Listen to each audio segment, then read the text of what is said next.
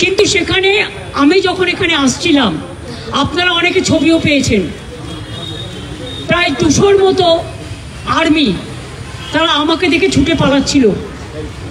আমি বললাম, why you are running away? You are my friend. We are proud of you.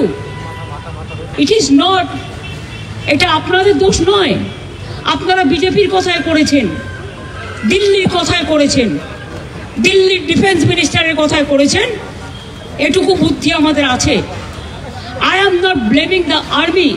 I am blaming BJP party, their minister, and if they misuse army like this to dismantle the political party stage and to dismantle the decoration, the microphone, the stage, you can see in your own eyes. Yesterday there was a program and today they vacated all this. They should have consulted West Bengal police because law and order is a police subject. They should have consulted Kolkata Police Commissioner. Kolkata Police Commissioner should have consulted our party. And if they have any objection, I should have opened it even within a minute.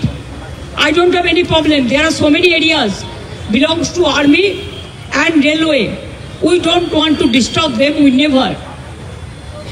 But I am sorry to say it is not the army. पीछा में क्या है? छुपा Rustam BJP party है and their government.